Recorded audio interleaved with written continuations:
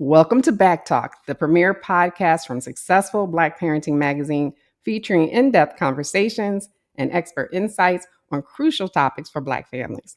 We are ranked number one in Black Family Podcasts on FeedSpot and now number one on Million Podcasts as well.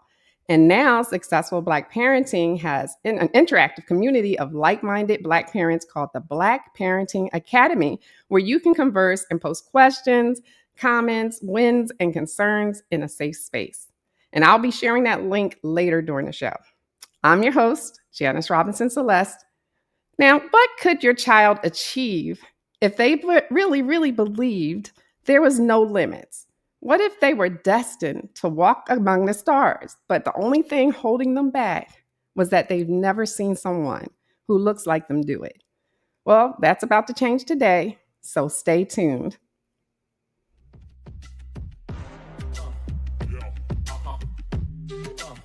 This is BACKtalk by Successful Black Parenting Magazine, the most listened to podcast for parents by parents.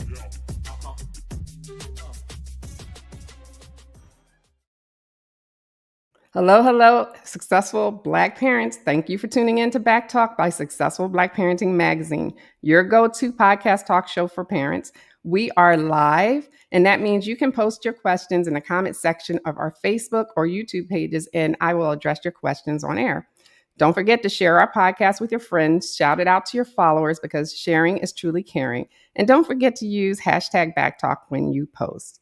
You know, we have so many interesting people as guests on BACKtalk, and today is no exception. I have in the studio Dr. Bernard A. Harris Jr., and not only was he an astronaut, but he was the first Black astronaut to ever perform a spacewalk. He's done that and so much more. Let's welcome Dr. Harris to the show. Welcome. Thank you, Janice. Glad to be with you. Well, I gave you an introduction, but you've done so much and you're involved in so many new things now. Can you introduce yourself and tell us, what inspired you to also become an astronaut? That's two questions, but let's start with just introducing yourself. Well, sometimes I like to start by saying that I am a physician. So you've already talked about that, who became an astronaut, who then became an entrepreneur, who then became a philanthropist, who then became a whole bunch of other things. And I say that to sort of link all of those things. My dream of doing all those things came about because in 1969, I saw Neil Armstrong and Buzz Aldrin land on the moon. And when I saw that, I got excited about the possibility of traveling in space. And so that's how it all began. All right. That's amazing. And you didn't let anything stop you with that thought. You didn't look and say, well, I never seen a Black person do it, so I can't do it. So did you grow up with that mindset that you could do anything? Well, let me take you back to the 60s, right? Yeah. I was 13 years old. Prior to that, we had the civil rights movement that was happening. I got to see that old enough to see that unfold before my eyes. And on that black and white television that I saw men doing the first feats and going to the moon, I could turn the channel and see our folks, Black people, struggling for our identity and for our rights. Mm-hmm. And so sometimes I said, I can't imagine, what was this young 13-year-old thinking? We can see where I'm aspiring to be an astronaut, but yet my people are struggling. And I think I came to the conclusion that even though I didn't see anybody who looked like me at NASA, even though we were struggling, that I'm going to do it anyway. All right. That's what I'm talking about because that's important. It's so important because, if you don't see someone who looks like you and you still have that mindset and then you actually did it. And it's, for people who are watching who don't know, it's not easy to step into NASA and say, I want to be an astronaut. You have to be an exceptional person to be chosen for that program. So I read you were a pilot, you scuba dive, you did all these wonderful things as well as being a physician. So how did you get into NASA to start with? Like, what did you just say? I'm just going to apply and see what happens. What happened? So when I got to high school, I had to decide on, what field I was going to go into. And I had been doing research at NASA. I found out that there was a doctor by the name of Joe Kerwin who worked as a astronaut, who eventually he was a flight surgeon and then eventually became an astronaut. And I said, that could be my path. So then I left high school, went to University of Houston as a pre-med student in biology, and then Texas Tech Medical School, and eventually did a fellowship at the Mayo Clinic, and then some other fellowships that allowed me to amass the expertise that I could then be considered to be an astronaut, have the qualifications to apply. Every year or every 2 years, NASA sends out a call for astronauts. And that year that I applied, which was, as I've said with the kids, 1990. So that was a long time ago.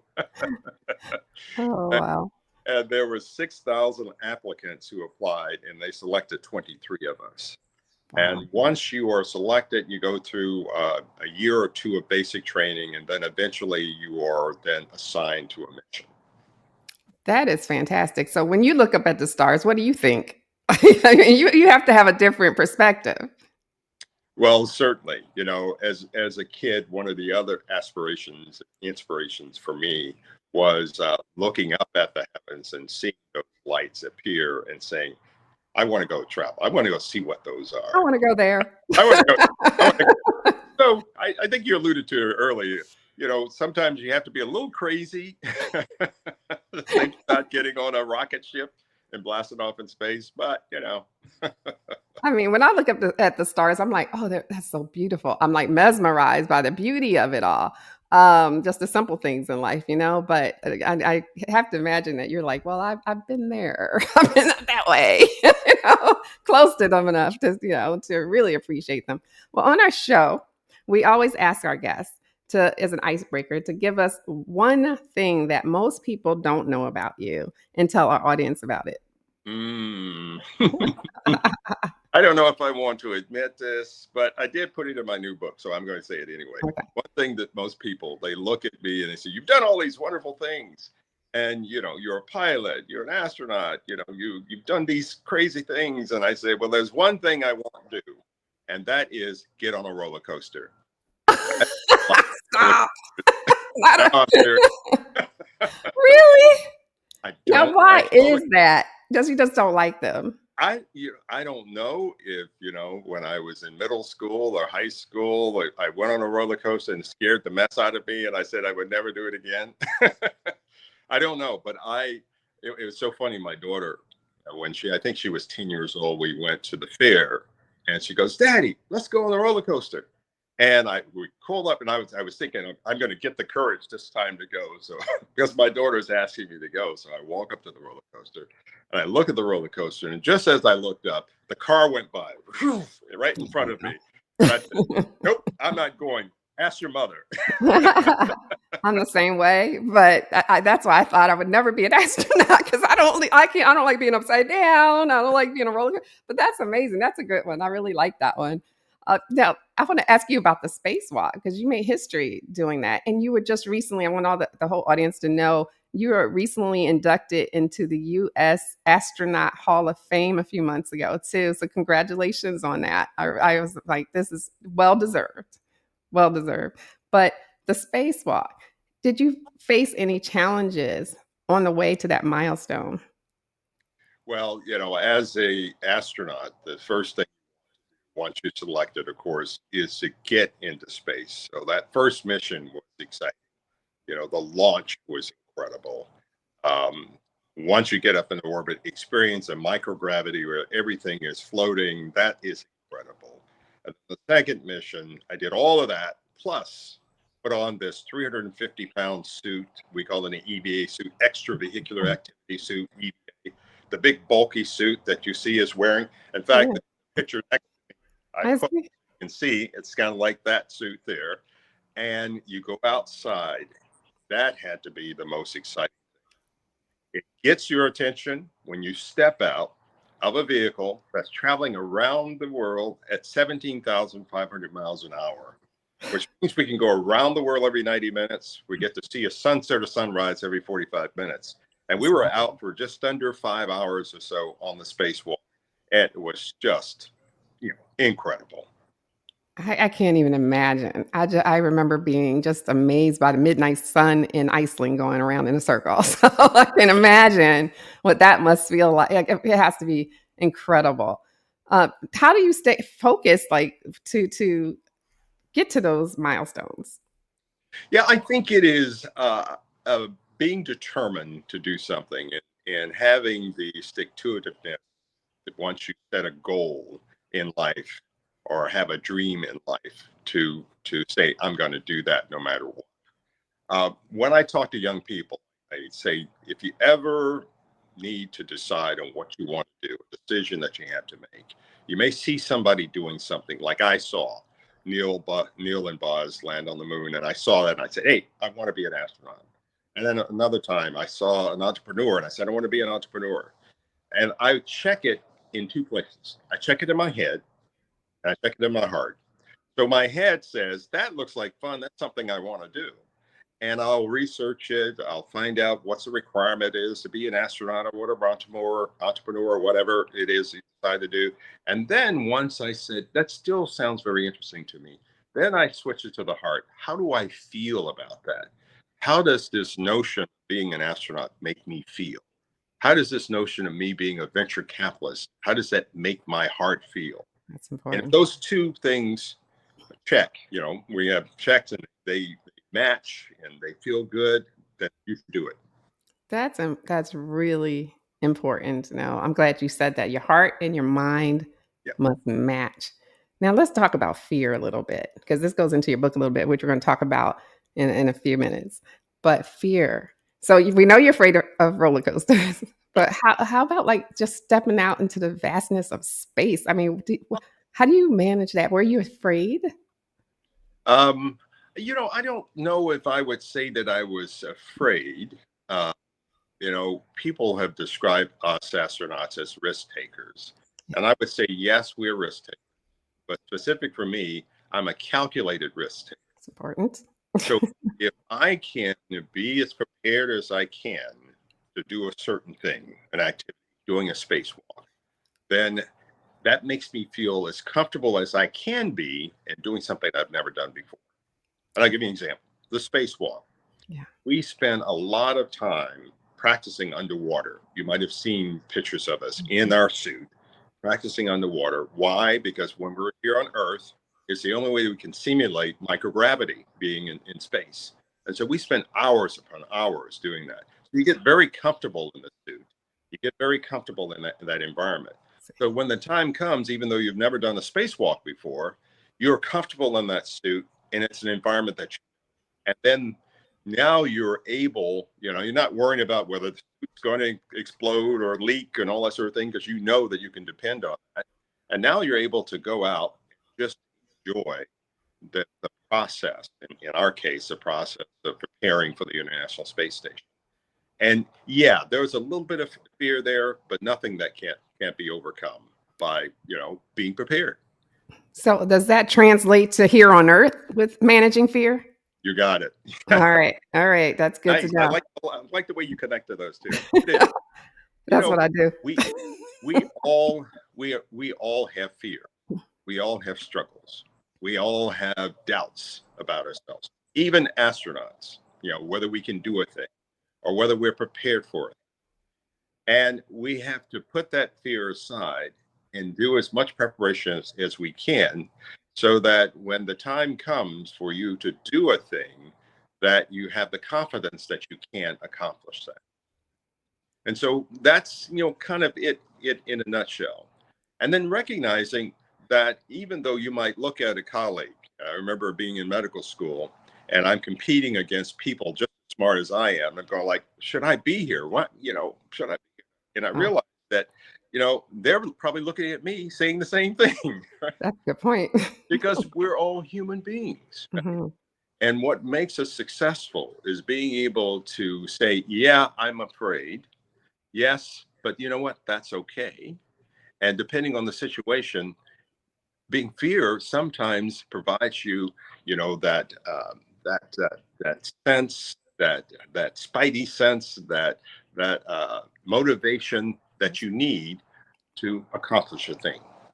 That's fantastic. Now, I don't know how to phrase this, but I'm leading into something. Do Oh, all of the astronauts know each other or familiar with each other, or is it just the cohorts that you came in with? How does that work? yeah. I think the process of our training really allows us to get to know each other. Yeah. So first of all, you go through the selection process. Come in. You're now part of a class, an astronaut class. And my astronaut class, and I think this is the first time I might have even talked about this publicly. So you're going to be the first, Janice. Okay. My Good. astronaut class name was the Hairballs. So every Not the class, hairballs. that's a Okay. that's a story in itself. But so we come in as a class and we train as a class for 1 to 2 years, learning how to fly jets, learning how to survive in different environments, land survival, water survival, and all sorts. And it builds this team, this camaraderie between your classes. And then once you're done, then you get selected for a mission, and now you're in a cohort of maybe 6 or 7 people that you're training with, and you train for another 2 to 3 years in preparation for that mission. So you get to know each other, Really well. each other's habits, and once you do that, you build this relationship and this team relationship that allows us to function as a team Mhm. in accomplishing the goals of the mission. Okay. Well, we have a question from the audience. Now, I'm not sure if this is possible. This may have been before you were there because I think you were born around this time. But it said in your training where you taught about or have you met any of the women recognized in Hidden Figures, the movie? You've seen the movie, I hope, right? I've definitely seen the movie. I've Okay. definitely seen the movie, and Good. Good. I learned a lot from that movie because I wasn't there, as you just alluded to. Mhm. That happened many years ago. I have met their families since the movie, and so that movie really sort of underscored how important it was to have everyone contributing. You know, every group made a contribution to allow us to get to the moon. Even though, as a kid, looking at the lunar program and looking at the early programs, I didn't see anybody who looked like me. But Yeah. still, and yet, it was confirmation that we were involved even during that period of time. And so it says that we can do anything that we can set our minds to. We have been contributing to this country since the inception. And so believe in believe that. Yes.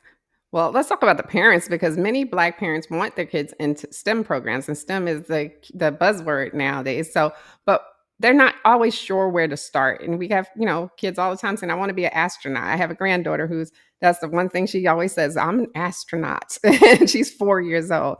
What advice do you have for parents to nurture curiosity and a love for science at home? So I want to start with something that I always um, talk about when I'm giving talks to audiences, whether they are elementary school, high school, college, and even adults. And that's remind people who we really are, that we are infinite beings with infinite possibilities. And it simply means, number one, that we're all born multi-potential with the ability to do anything that we want to do in life. Number two, that we're all born multi-talented. And those of us who are parents know that you can have kids come from the same genetic pool but be dramatically different. And they come in with different, they're just naturally born with the ability to sing or to dance or their love for science or whatever it is. And you see that. And then you can use something called the brain to learn other things. And this is where parenting comes in. And that is when we can expose our young people to those things that they have an interest in and maybe expose them to things that they are not even aware of so that they may develop an interest in it as they get exposed to it. And then number three on the infinite being with infinite possibility is that we are all born for a reason. And if you approach life with this notion that there is something or some things that I'm going to do in this life, it brings a different meaning to it. It brings a different urgency. You become more intentional in how you go through your day. Absolutely. That was a great answer. Thank you for that. You've led national programs to improve math and science education. What do you think is still missing when it comes to STEM access in schools, especially in our Black communities? Yeah, that is a great question, Janet. And to me, it's about the quality of education, and particularly in inner cities, in our rural communities. We need to make sure, as parents, as policy makers, that we have high quality, or let me say it differently, that students have access to high quality STEM education wherever they are. So that may mean that we go and we're present at the school board meetings to ensure that. That may mean that we bring programs. There are STEM programs and after school programs. That we make sure that those are available to our kids. And if they're not available in the schools, then we go find those programs so that our kids can get exposed to those. And the bottom line is, why is this important? Because in the 21st century, which I remind people is now, we're in the 21st century, technology drives everything that we do. Yes. In the 21st century, most jobs, I would be able to venture to say 100% of the jobs require expertise in math and science. And it turns out that people who are in those fields make more money than those who are not. So why wouldn't we want our communities, our students, uh, our kids to have access to that wealth, that ability to build wealth? Absolutely. We should be at that table. That's where we should be sitting. So, no, awesome. In your new book, though, the newest book, Embracing Infinite Possibilities, I'm gonna bring it up to here so everyone can see the cover. Oh, You right. talk about you talk about letting go of fear. We talked about that. How can we as parents teach our children to push past fear and to believe in the potential that we talked about? Yeah. I think reminding them, number one, of who they really are, that infinite being with infinite possibilities. And at every moment that you get to reinforce that tenet, that they can be and do anything that they want to be. That's what my mother told me when I came running to her and saying, Mom, I know what I want to be in life. She was an educator, always asking, what do you think you want to do when you grow up? And I finally had a good answer. I thought I ran to her and I said, Mom, I know what I want to do. She said, what is? I said, I want to be an astronaut.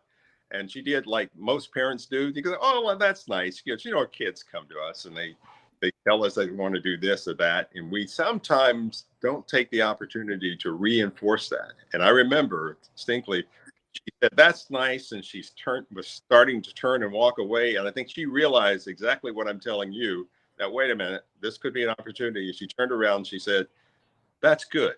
And guess what? You can be and do anything you want to be in life. That's reinforcing the positive. And we need to make sure to do that.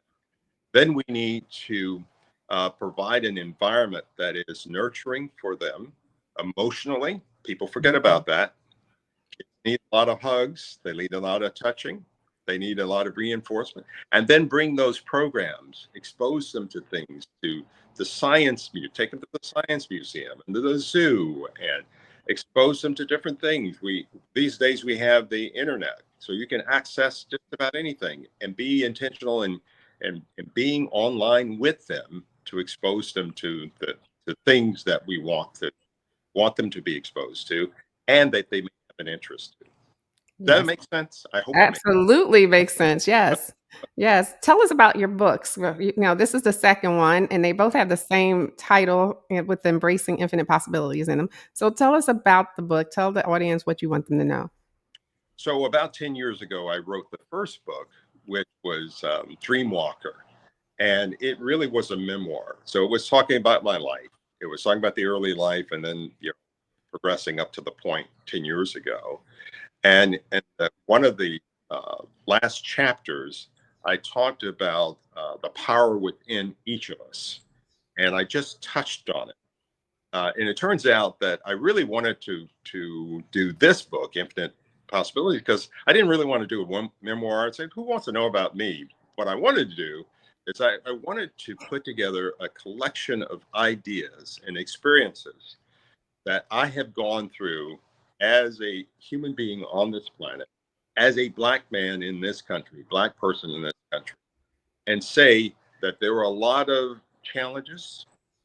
There were a lot of people that told me that I couldn't do it, but here's how I overcame it.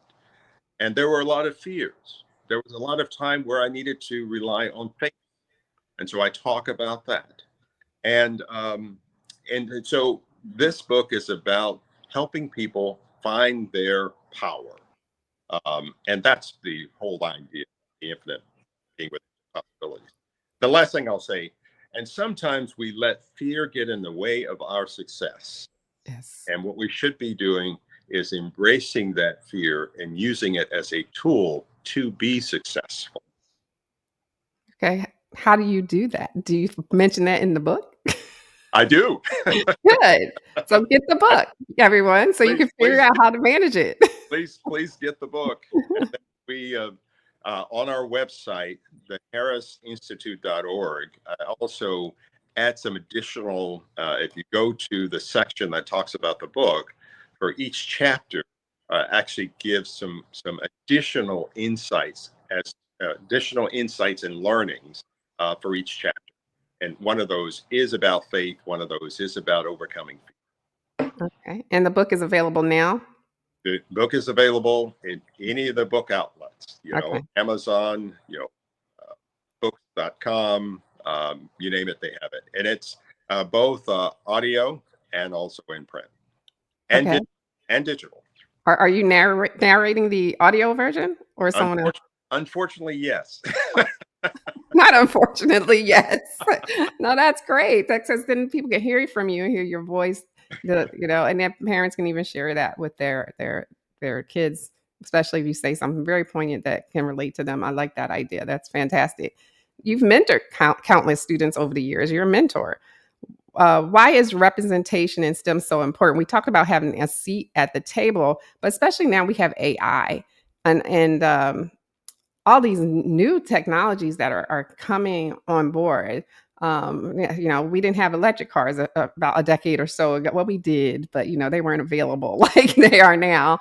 And now the whole AI is just so interesting, where it's starting to seem like it's sentient, but it's not quite. But it's taking over, and I read where Chat GPT tried to hide itself on servers. So we're in a new world. We're totally. Why is this important for Black parents and to find mentors, especially like you, in the tech industry and that are astronauts, that are on the cutting edge of science? So you've mentioned something that's sort of dear to my heart. And I go back to what I talked about, the importance of STEM. Remember, I said a minute ago that technology drives everything that we do, and Yes. one of the leading technologies is AI. Hmm. In my opinion, this is not going away. It's going to get, it's going to be broader. It's going to have broader uses. And the only way in which we can stay ahead of that is that we have to have knowledgeable people working a lot alongside of the developers. In fact, if you are knowledgeable enough and have an interest in this, then you should become one of those experts in AI. One of the things that we found out early on in AI, that it hallucinates, that when it sees a gap, it fills that gap. It may not be the truth, but it fills that gap with information that it's pulled from whatever it is. And so we need people that can go in and work with AI and generate AIs that are or more acceptable, that are more human, to put it that way. And human, when Hmm. I have human tenets, because sometimes you can, if you're depending on robots or you're depending on AI, it can be, square. And that's not good for us as human beings. So we need to have some people that come in to know how to work with that technology. And that only can happen if we have people who have expertise in that area. The other thing I was going to mention is that we also notice that there is a bias, that in some cases, because of what the literature says about us as human beings, that bias that we have, those stereotypes that we have about different groups of us in this country, in this world, can get perpetuated or expanded uh, with AI, because we don't have anybody that tells it that's not true. Right. Right. And I've seen that. So I'm glad you mentioned that. Yeah. So it's so important. And that's why we need to be in development, research and development. It's Yep. so very Just essential. It's no different than in the healthcare space when we have clinical trials. We try different clinical trials and we'll say this drug A works well for this disease, but it may only have been the clinical trial participants may have only been white males. Mhm. Mhm. And so we need to make sure that more people of color participate in those trials so that we can learn more about the effectiveness of that drug in our population. So the same thing is true for AI. We need to be at the table as people of color, as Black people, as this is being developed, as this is unfolding. And the last thing I'll say about that, there is going to be a lot of wealth that's going to be generated by these new inventions. If we are not there, then we're going to lose out on bringing our communities up to the level of the rest of the world.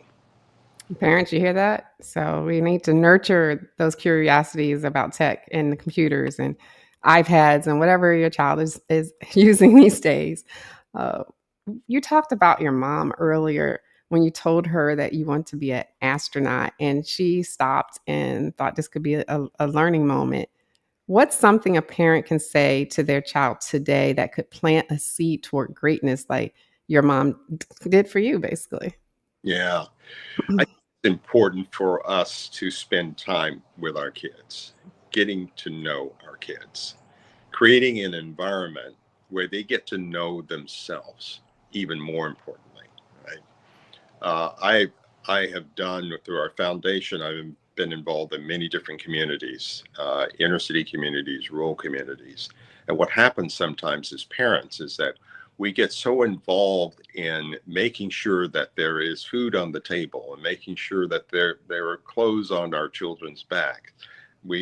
And that takes a lot of time. That takes a lot of energy. And those of us who parents know that that does, in fact. But we also have to uh, pay attention to our children as equally as important. We've got to be there for them emotionally so that they won't be left out. So that when they have those questions about themselves, who they are, what they might want to become, that we're involved in that, that we're bringing them the necessary nutrients that they need in order to grow. And I know that's hard because I've been there already. Being a parent is, I think, the toughest job out there, Yes. but it's the most important job that we can ever have in our lives. I agree. Is there a right age to start introducing kids to STEM, like toys, tools, activities, or whatever helped you explore science as a young boy? Yeah, yeah. The earlier the better. Even with the toys, say in pre-K that you have that you're giving the kids, toys that are going to allow them to learn how to deal with spaces. We talk about blocks. I remember as a kid, the blocks, and we had Tinker toys. I don't think I've seen a Tinker toy in a long time. These were great. we Remember had those? we had Lincoln logs back in Yes. the day, and we were learning construction. So we're learning spatial orientation and how things go and how you build. Those things may seem pretty basic, but that is the foundation that we need to lay for our kids. And as they increase in age, then so should the complexity of their toys and the activities in which they do. I like that. I like that. What legacy do you hope to leave for the next generation through your work in space, education, and beyond? Oh, that, that's a deep that's a deep question. Can I answer the question this way? Um, all the things that I have done, uh, or let me say it differently, out of all the things that I have done, the thing that I think that I know I value the most is giving back to the community, and particularly to our community, to make sure that I am paying it forward. And no matter what we do, what in life, if we are paying it forward, it is the best investment that we can make. And I'll give you another analogy. I'm when I left NASA, I started a venture capital firm called Vesalius Ventures, and its focus is in telemedicine. So we invest in technologies that bring healthcare directly to patients and connect patients to doctors and the like. And so one of the things that I love doing is talking to entrepreneurs. They come to me with their ideas about what they want to do, and they're looking for money, they're looking for advice, and I'm providing that advice. And the reason I was drawn to venture capital is just because of that. I've got these young minds, whether they're 20 years old or 65 years old, because I can't tell you, every entrepreneur that comes through my door is excited. They have that youthful energy in that. And my job is to nurture that, because if it works out well, it's going to work out well for them. It's going to work out well for their families. It's my investment in them, monetarily and also emotionally. And that's the same way I feel about investing in young people, whether they're in high school or college or young adults. That's great to get. I'm so happy that you made it and you reached back, you're giving back. Would you say that is your greatest mission so far out of all the things you've done?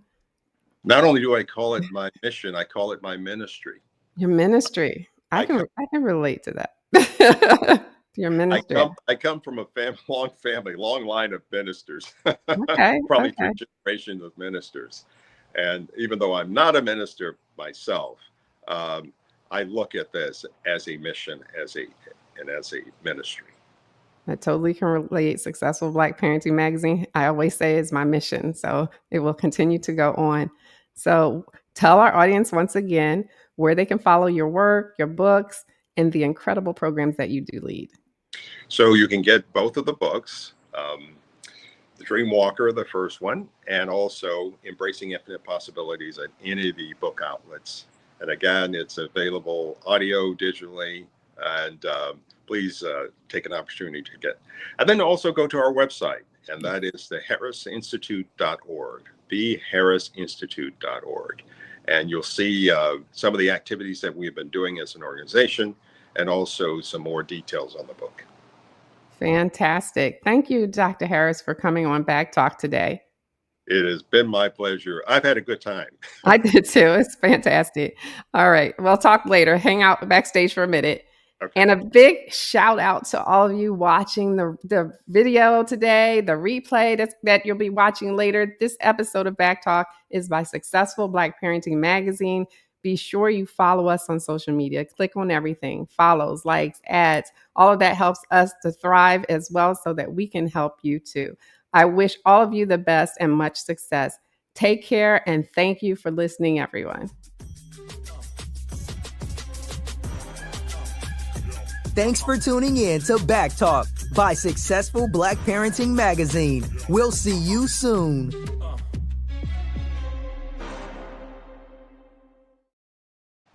Okay, hold on.